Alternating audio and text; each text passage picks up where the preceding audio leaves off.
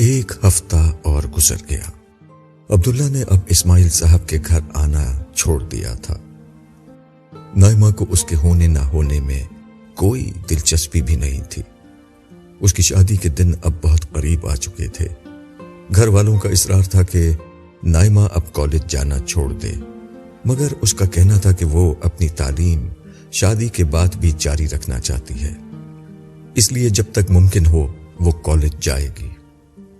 اس میں ایک بہت بڑی تبدیلی آ چکی تھی جسے ہر شخص نے محسوس کر لیا تھا۔ وہ اب 5 وقت نماز باقاعدہ پڑھنے لگی تھی۔ اس تبدیلی پر اس کے نانا ابو اور امی دونوں بہت خوش تھے۔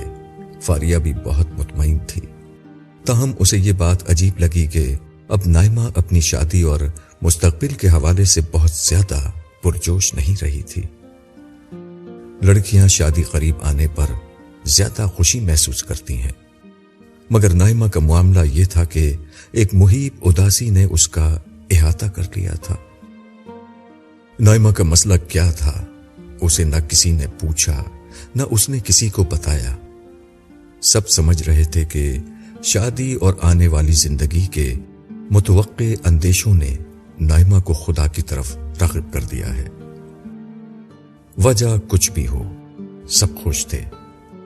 پریشانی اگر کوئی تھی تو شادی کے انتظامات کے وسائل جمع کرنے کی تھی، مگر یہ اسماعیل صاحب اور آمنہ بیگم کی پریشانی تھی۔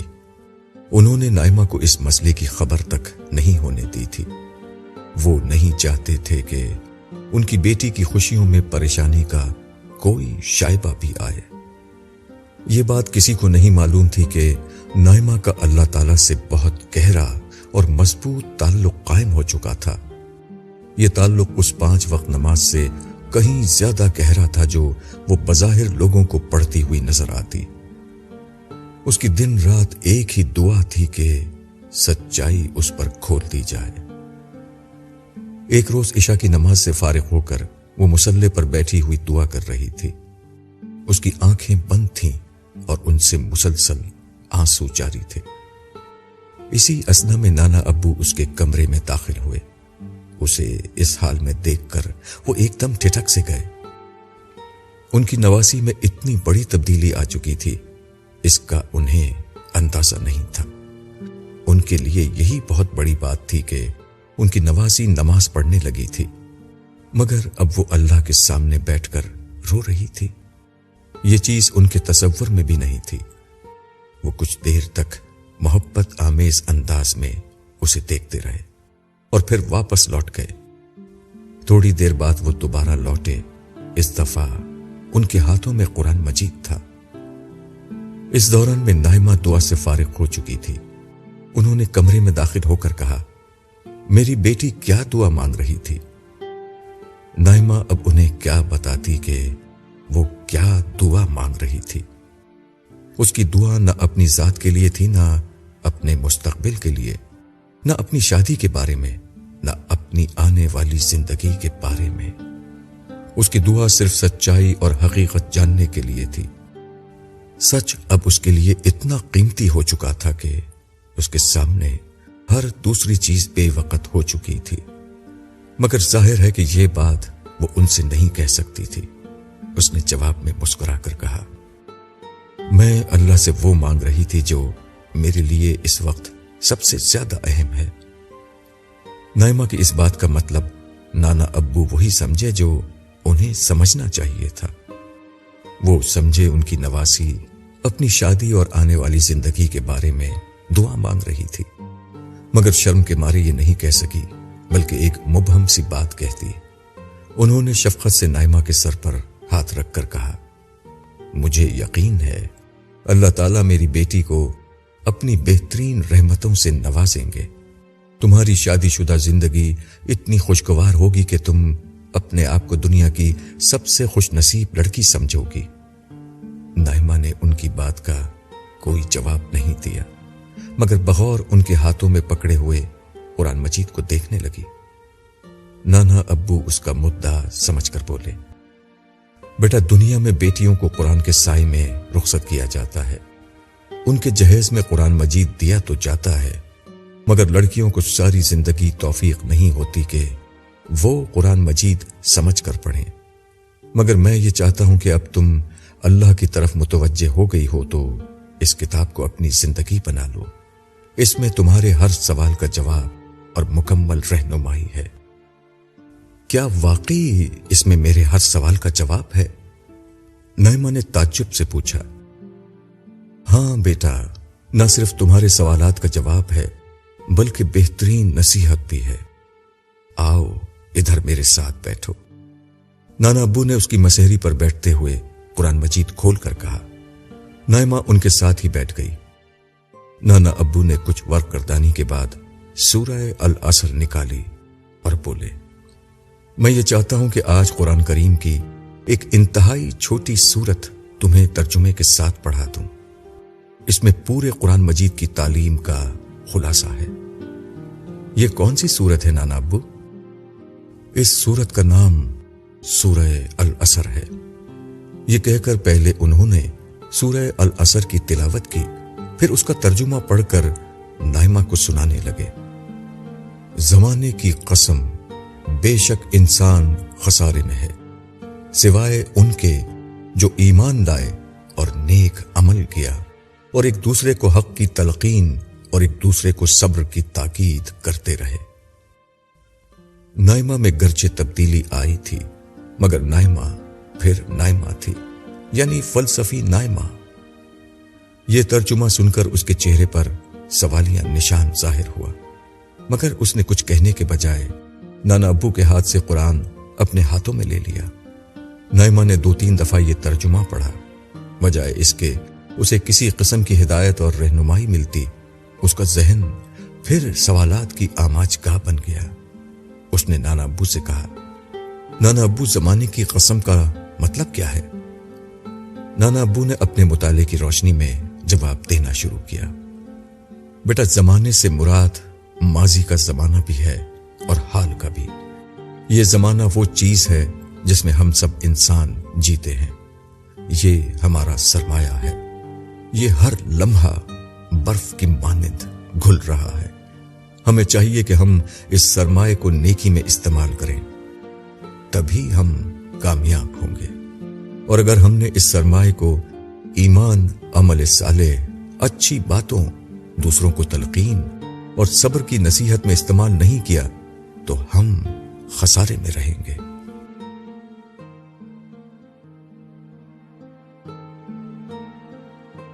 نانا ابو آپ کی یہ بات اس پہلو سے ٹھیک ہے، مگر اس میں مسئلہ یہ ہے کہ زمانے کو اس بات کی گواہی میں پیش کرنا ٹھیک نہیں ہے، اس لیے کہ ماضی اور حال کے زمانے کا سبق اس سے بالکل مختلف ہے۔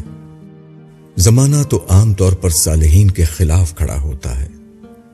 ہاں، زمانے کی قسم کے بغیر یہ بات بطور ایک دعویٰ کے ٹھیک ہے، مگر اس دعوے پر میرا اعتراض یہ ہے کہ جنت اور جہنم کی بات بہرحال ایک مستقبل کی بات ہے۔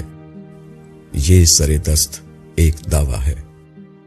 یہ دعویٰ کسی ایسے مسلمان کو مطمئن کر دے گا جو پہلے سے جنت و جہنم پر ایمان رکھتا ہو، مگر ایک غیر مسلم کے لیے، خاص کر اگر جدید نظریات، فلسفے اور علم الکلام سے واقف ہے، تو اسے بالکل مطمئن نہیں کر سکتا۔ آج کا ذہن دعوے کو نہیں مانتا، اسے ثبوت چاہیے۔ اور معاف کیجیے گا، یہاں زمانے کی گواہی اور قسم کا جو ثبوت دیا جا رہا ہے وہ تو ایک بالکل برعکس داستان سناتا ہے۔ اگر آپ اپنی زندگی کو کامیابی اور ایک دولت مند اور طاقتور صاحب اقتدار کی زندگی کو خسارے اور ناکامی کے طور پر پیش کریں گے تو ہو سکتا ہے کچھ لوگ آپ کی بات مان لیں، مگر انسانوں کی اکثریت آپ کی بات کو رد کر دے گی۔ نانا ابو کو اس وقت بڑی شدت سے عبداللہ یاد آیا، مگر ظاہر ہے کہ اس وقت کچھ بھی نہیں ہو سکتا تھا۔ ان کے دل کی گہرائیوں سے صدا نکلی، کاش تمہاری شادی عبداللہ کے ساتھ ہو رہی ہوتی، وہ تمہیں تمہارے ہر سوال کا جواب مجھ سے بہتر دے دیتا۔ یہ اسماعیل صاحب کے دل کی صدا تھی، مگر ان کی زبان پر قفل ہی پڑا رہا۔ نائمہ کو ان کے چہرے کے تاثرات سے اندازہ ہو چکا تھا کہ اس کی بحث نے ماحول کو خراب کر دیا ہے۔ وہ ان کا دل رکھنے کے لیے بولی، سوری نانا ابو، ہو سکتا ہے میں ہی غلط ہوں، مگر میں سوچوں گی، آپ پریشان نہ ہوں۔ اسماعیل صاحب کو بھی عافیت اسی میں لگی کہ سیز فائر کر لیں۔ ان کی نواسی جس حد تک راہ راست پر آ گئی ہے اسی پر مطمئن ہو جائیں، ایسا نہ ہو کہ مزید گفتگو سے ان کی نواسی نماز بھی چھوڑ دے۔ چنانچہ وہ یہ کہتے ہوئے اٹھ گئے، بیٹا اب تم آرام کرو، انشاءاللہ بعد میں بات کریں گے۔ اسماعیل صاحب کے جانے کے بعد نائمہ اداسی کے عالم میں خاموش ہو کر بیٹھ گئی۔ اسے دکھ ہو رہا تھا کہ اس نے بلا وجہ ایک ایسی بحث چھیڑ دی جس سے اس کے نانا کو برا محسوس ہوا، مگر وہ کیا کرتی؟ یہ اس کے سوالات تھے جن کا اسے کبھی جواب نہیں ملا تھا۔ جیسے جواب نانا ابو نے دیے تھے وہ پہلے بھی بہت سن چکی تھی، مگر کبھی ان جوابوں نے اسے مطمئن نہیں کیا تھا۔ اس نے قرآن بھی خود پڑھنے کی کوشش کی تھی، مگر سچی بات یہ ہے کہ قرآن مجید نہ کبھی پہلے اس کی سمجھ میں آیا نہ اب آ سکا۔ قرآن مجید اور اس کے درمیان ایک بنیادی ذہنی رکاوٹ تھی جو اس کے فلسفیانہ پس منظر سے پیدا ہوئی تھی۔ وہ یہ کہ قرآن مجید دعوے سے بات شروع کرتا ہے، جبکہ نائمہ کسی ایسی چیز کو علمی حیثیت دینے کے لیے تیار ہی نہیں تھی جو دعوے سے شروع ہو۔ نانا سمیت جن مذہبی لوگوں سے اس کا واسطہ پڑا تھا ان میں سے کبھی کسی نے قرآن کے دلائل کا ذکر نہیں کیا تھا۔ اس نے مذہبی لٹریچر بھی پڑھ رکھا تھا، مگر یہ سارا مذہبی لٹریچر اس بات کو ذہن میں رکھ کر لکھا گیا تھا کہ پڑھنے والا پہلے ہی توحید، رسالت اور آخرت کا قائل ہے اور پہلے ہی مان چکا ہے۔ اس لٹریچر کے زیادہ تر لکھنے والوں کو علم ہی نہیں تھا کہ جدید ذہن میں کیا تبدیلی آ چکی ہے۔ اس لٹریچر کا زور سمجھانے سے زیادہ منوانے اور دھمکانے پر تھا۔ پھر اس کا بنیادی ماخذ قرآن مجید کا گہرا فہم بھی نہیں تھا۔ صدیاں ہوئی تھی کہ امت مسلمہ نے قرآن مجید کو اٹھا کر کونے میں رکھ دیا تھا۔ قرآن مجید جس گہرائی میں جا کر گفتگو کرتا ہے وہ حقائق ابھی گنتی کے چند لوگوں تک محدود تھے۔ رہا باقی لٹریچر تو وہ قرآن کے فکر و فلسفے سے زیادہ مسلکی اختلافات، فرقہ واریت، سیاسی سوچ اور فروعی معاملات پر مبنی تھا۔ یہ لٹریچر نائمہ کے لیے بیکار تھا۔ جو کچھ اس لٹریچر میں تھا وہ قرآن میں نہیں تھا، اور جو قرآن میں تھا وہ نائمہ کے فلسفیانہ ذہن کو قبول نہیں تھا۔ اس معاملے میں واحد استثناء عبداللہ کی گفتگو تھی جو انتہائی مدلل اور دل کو چھو لینے والی تھی۔ بقول عبداللہ کے یہ دلائل قرآن سے ماخوذ تھے، مگر ظاہر ہے وہ عبداللہ کے آگے دست سوال دراز نہیں کر سکتی تھی۔ یہ کچھ اس کی انا کا مسئلہ بھی تھا اور کچھ عبداللہ کے پس منظر کا بھی۔ اس پر مستضاد یہ کہ عبداللہ اس کی ماں اور نانا کی محبت میں شریک ہو چکا تھا۔ اس پہلو سے گویا وہ اس کا رقیب بن گیا تھا۔ اپنے رقیب کو وہ رازدان کیسے بناتی؟ اپنے دشمن کے آگے جھکنا اسے بالکل اچھا نہیں لگتا تھا۔ دشمن بھی وہ جسے وہ ٹھکرا چکی تھی، اسی کے سامنے اب وہ سوالی بن کر کیسے چلی جاتی؟ رات کافی ہو چکی تھی۔ نائمہ کو جلد سونے کی عادت تھی۔ وہ سونے لگی تو حسب عادت دانت صاف کیے، پھر دل میں کیا آیا کہ وضو بھی کر لیا۔ بستر پر لیٹنے کے بعد وہ اللہ تعالیٰ سے دعا کرتی رہی۔ اسے اس کے سوالوں کا جواب تو نہیں مل رہا تھا، مگر نہ جانے کیوں اسے اب یہ اعتماد ہو رہا تھا کہ وہ جو کہتی ہے اللہ تعالیٰ سنتے ضرور ہیں۔ اسی سوچ میں غرق وہ نیند کی وادی میں جا پہنچی۔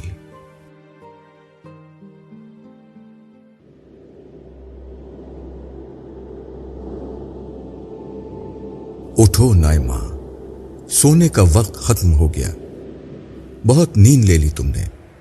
اب جاگنے کا وقت آ گیا ہے۔ یہ آواز نائمہ کے کانوں میں تیسری دفعہ آئی۔ پہلی 2 دفعہ یہ آواز اتنی ہلکی تھی کہ گہری نیند میں وہ سمجھ ہی نہیں سکی کہ کیا ہو رہا ہے۔ تیسری دفعہ آواز اتنی بلند تھی کہ نائمہ نے خود کو نیند سے بیدار ہوتا ہوا محسوس کیا۔ کچھ دیر تک وہ بے حس و حرکت پڑی رہی۔ اسے سمجھ میں نہیں آ رہا تھا کہ وہ نیند میں ہے یا جاگ چکی ہے۔ اب کوئی آواز اسے نہیں پکار رہی تھی۔ اسے نہیں معلوم تھا کہ وہ کہاں تھی۔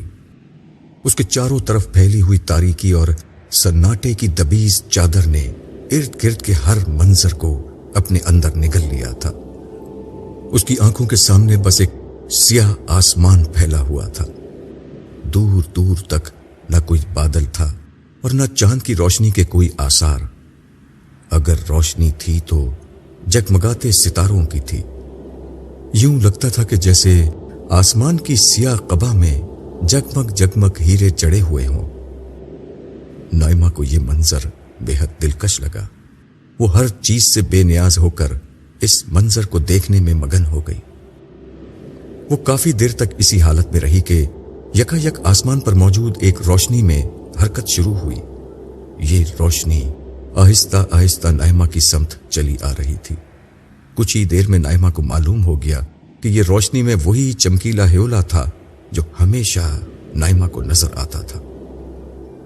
ہیولا نائمہ کے قریب آ کر فضا میں معلق تھا۔ کچھ دیر تک نائمہ اس ہیولے کو دیکھتی رہی۔ وہ شاید اس کی طرف سے کچھ کہے جانے کی منتظر تھی، مگر دیر تک جب کوئی صدا نہ آئی تو وہ بولی، آپ وہی ہیں نا جس نے کہا تھا کہ کیا تم سچائی جاننا چاہتی ہو؟ آج میں سچائی جاننا چاہتی ہوں۔ ہیولے سے وہی مانوس سی آواز آئی۔ مجھے معلوم ہے کہ تمہارے ذہن میں کیا سوال ہیں۔ جواب سے پہلے سوال سن لو۔ تم جاننا چاہتی ہو کہ خدا ظلم پر خاموش کیوں رہتا ہے؟ تم جاننا چاہتی ہو خدا محرومیوں کو جنم کیوں دیتا ہے اور کیوں نیک لوگوں کے ساتھ وہ برا ہونے دیتا ہے اور بروں کے ساتھ بھلائی ہونے دیتا ہے؟ تم جاننا چاہتی ہو کہ خدا سچ کھول کر کیوں نہیں بتاتا؟ کیوں وہ اپنی موجودگی اور سچائی کا ناقابل تردید ثبوت پیش نہیں کرتا؟ یہی 3 سوال ہیں نا تمہارے ذہن میں؟ نائمہ کو اس لمحے محسوس ہوا کہ اس کی زندگی کی ساری الجھنیں اور اس کی ساری جستجو کو اس ہیولے نے ان 3 سوالوں میں سمیٹ دیا تھا۔ ہاں، یہی 3 سوال ہیں، مگر ان سے پہلے یہ بتائیے کہ آپ کون ہیں؟ میں عصر ہوں، وقت کا بیٹا، خدائے ذوالجلال کی ایک ادنا مخلوق، اپنے آقا کا ایک حقیر غلام۔ یہ بات نائمہ کے اوپر سے گزر گئی۔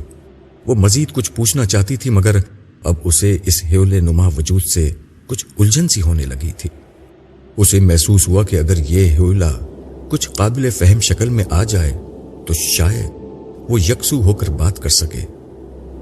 اپنی الجھن کا اظہار کرتے ہوئے اس نے پوچھ ہی لیا، آپ کی کوئی شکل نہیں ہے؟ مجھے اس ہیولے جیسے وجود سے الجھن ہو رہی ہے۔ میری شکل ہے لیکن تم اسے سمجھ نہیں سکتی، لیکن تمہاری سہولت کے لیے میں ایک انسانی شکل میں تمہارے سامنے آ جاتا ہوں۔ یہ الفاظ ختم ہوئے تو ہیولا آہستہ آہستہ نیچے آنا شروع ہوا اور اس کے قریب زمین پر آ کر ٹھہر گیا۔ پھر یک بیک یہ ہیولا ایک انسانی قالب میں ڈھلنا شروع ہوا۔ نائمہ کو یوں لگا کہ یونانی داستانوں کا کوئی رومانوی دیوتا انسانی شکل میں مجسم ہو گیا ہو۔ یہ قالب انسان کا تھا، مگر کسی طور بھی یہ کوئی انسانی شکل نہیں تھی۔ انسان اتنے حسین نہیں ہو سکتے۔ نائمہ نے اپنی پوری زندگی میں اتنا پرکشش آدمی نہیں دیکھا۔ نائمہ بے خود ہو کر اسے دیکھے جا رہی تھی۔ وہ چاہتے ہوئے بھی اپنی نظر اس کی طرف سے نہیں ہٹا پا رہی تھی۔ وہ انسانی وجود یا یونانی دیوتا جو بھی تھا دھیرے سے نائمہ کے پاس بیٹھ گیا۔ اس لمحے نائمہ کے اندر کی عورت جاگی۔ اسے احساس ہوا کہ وہ اس شخص کے سامنے بے حجاب زمین پر لیٹی ہوئی ہے۔ وہ بے اختیار اٹھی اور کچھ سمٹ کر بیٹھ گئی۔ اس کے ساتھ ہی اس نے اپنے وجود پر نظر ڈالی۔ یہ دیکھ کر اسے ایک کونا اطمینان ہوا کہ آج وہ پرہانہ نہیں ہے۔ پہلی دفعہ اس کے جسم پر لباس موجود تھا۔ اس کی حالت دیکھ کر اثر کے چہرے پر ہلکی سی مسکراہٹ آ گئی اور وہ بولا، گھبراؤ نہیں، میں انسان نہیں ہوں۔ تم نے انسانی شکل چاہی تھی سو میں اس میں آ گیا۔ نائمہ نے ارد گرد دیکھا، ہر سو گہرا اندھیرا چھایا ہوا تھا۔ اس نے دریافت کیا، میں کہاں ہوں؟ تم انسانوں کی دنیا سے خدا کی دنیا میں بلا لی گئی ہو۔ دنیا والوں کے لیے تم اس وقت سو رہی ہو، لیکن تمہارے اندر کے وجود کو جگا کر میں اس دنیا میں لے آیا ہوں۔ وہ ایک لمحے کے لیے رکا اور گہری مسکراہٹ کے ساتھ بولا، تاکہ تمہارے سوالوں کا جواب دیا جا سکے۔ کیا میں اللہ تعالیٰ سے مل سکوں گی؟ نائمہ نے سوال کیا تو اثر کے چہرے پر ایک رنگ آ کر گزر گیا۔ وہ ادب کے ساتھ گردن جھکا کر بولا، نائمہ، اس کائنات میں اربوں کھربوں فرشتے رکوع اور سجدے میں گرے ہوئے اس کی حمد و تسبیح کرتے ہوئے اس بات کے منتظر ہیں کہ خالق کائنات کے حضور پیش ہونے کی سعادت مل جائے۔ ارب ہا ارب سال گزر جاتے ہیں مگر انہیں موقع نہیں ملتا۔ پھر اس نے گردن اٹھائی اور نائمہ کو رشک بھری نظروں سے دیکھتے ہوئے کہا، تم انسان دنیا کی خوش نصیب ترین مخلوق ہو جنہیں یہ موقع ملا ہے کہ تم عنقریب مالک کائنات کا دیدار کر سکو گے۔ مگر کے بعد اس نے لمحہ بھر توقف کیا اور ایک تلخ حقیقت کے بیان کے ساتھ اپنی بات پوری کر دی۔ تم انسان بہت بد نصیب ہو، تمہاری اکثریت نے یہ موقع ہمیشہ کے لیے ضائع کر دیا۔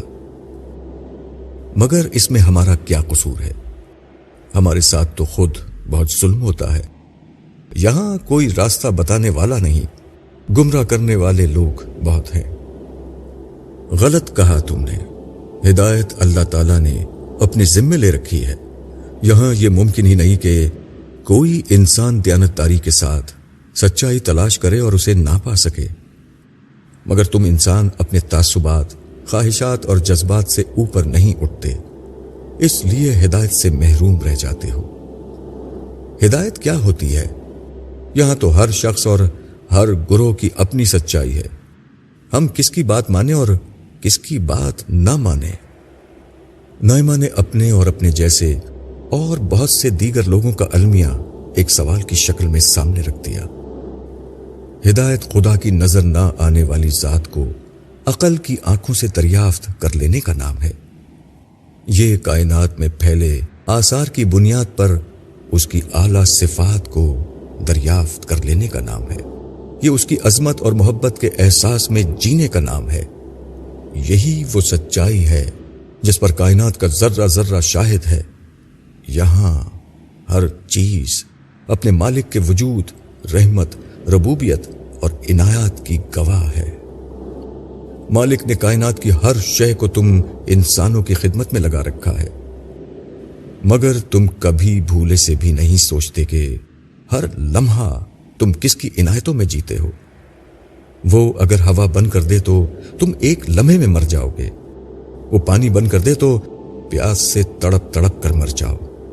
سورج، سمندر، بادل، دریا، فضا، غرض آسمان و زمین کی ہر شے تمہاری خدمت کرتی ہے۔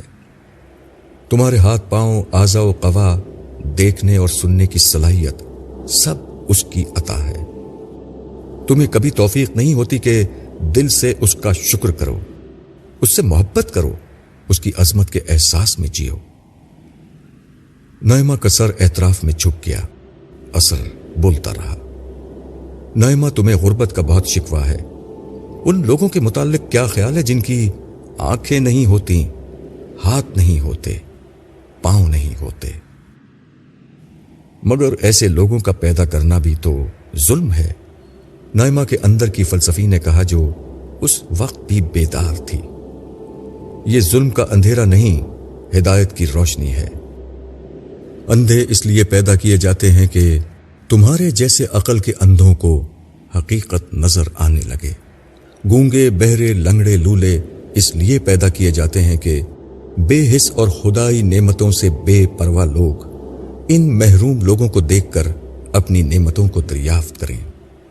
مگر تم انسان نہ خدا کے احسانوں کو دیکھ پاتے ہو نہ اپنی نعمتوں کو، تم صرف نا شکرا پن کرتے ہو اور شرک و الحاد کی گندی نالی میں لوٹ کر خوش ہوتے ہو۔ تم انسانوں کو شرم نہیں آتی کہ جس عظیم رب کی نعمتوں میں جیتے ہو اسے بھول بیٹھے ہو، کھاتے اس کا دیا ہو اور مالا دوسرے کے نام کی جپتے ہو۔ اس کائنات میں زندہ ہو جو خدا کی عظمت کی گواہ ہے، مگر دلوں میں غیر اللہ کی عظمت ہے۔ اس دھرتی پر زندہ ہو جس کا ذرہ ذرہ خدا کی کبریائی کا اعلان کرتا ہے، مگر اپنے خود ساختہ اکابرین کو تم نے خدا کے برابر لا بٹھایا ہے۔ یہاں تک کہ تم لوگ ان ساری سچائیوں کو دیکھ کر بھی خدا کے وجود کا انکار کر دیتے ہو۔ نائمہ کا سر شرمندگی میں جھکا ہوا تھا، مگر تم نے مالک سے رجوع کیا ہے۔ تم نے اپنے تعصب کی ہر دیوار کو توڑ دیا ہے۔ تم اپنی خواہشوں سے بلند ہو چکی ہو۔ یاد رکھو، ایسے لوگوں کو اللہ تعالیٰ کبھی بے سہارا نہیں چھوڑتے، انہیں ضرور ہدایت دیتے ہیں۔ باقی کسی نفس پرست، خواہش پرست اور متعصب انسان کی ان کی نگاہ میں کوئی وقت نہیں۔ ان قریب ایسے لوگوں کو وہ اپنے قہر میں کچل کر رکھ دیں گے۔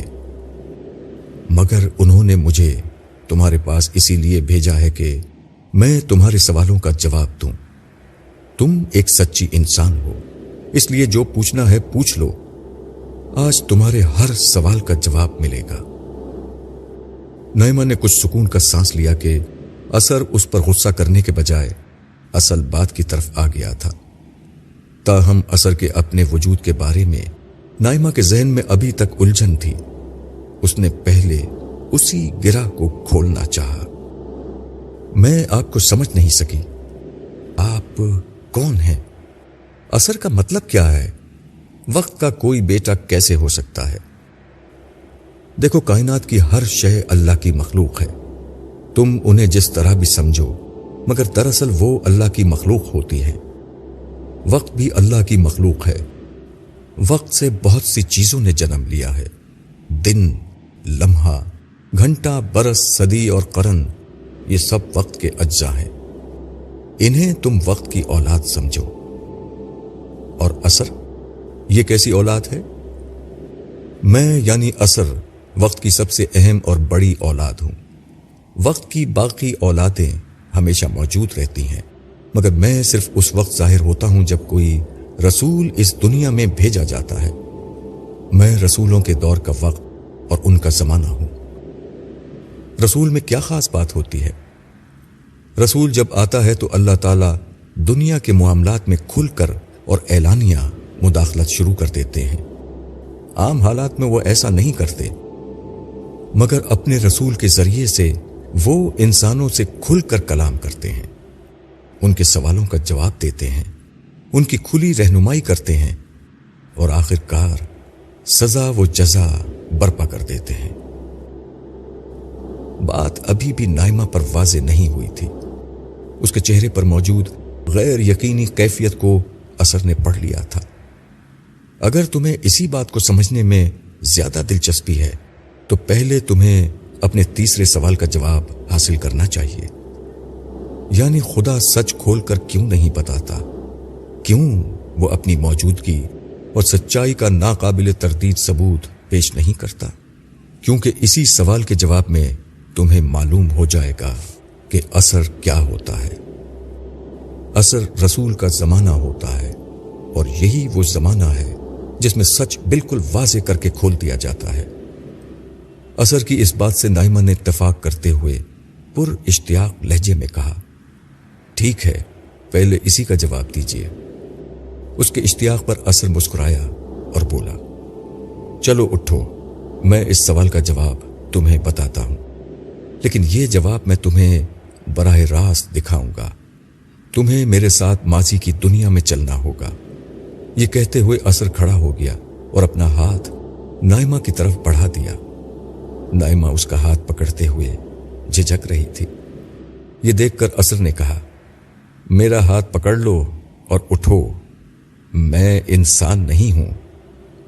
نائمہ کھڑی ہو گئی، مگر وہ ابھی تک اسر کا ہاتھ تھامتے ہوئے ہچکچاہٹ کا شکار تھی۔ ہمیں وقت میں پیچھے کی سمت سفر کرنا ہے، میرا ہاتھ نہیں تھامو گی تو یہاں تنہا رہ جاؤ گی۔ نائمہ نے حوصلہ کر کے اسر کا ہاتھ تھام لیا۔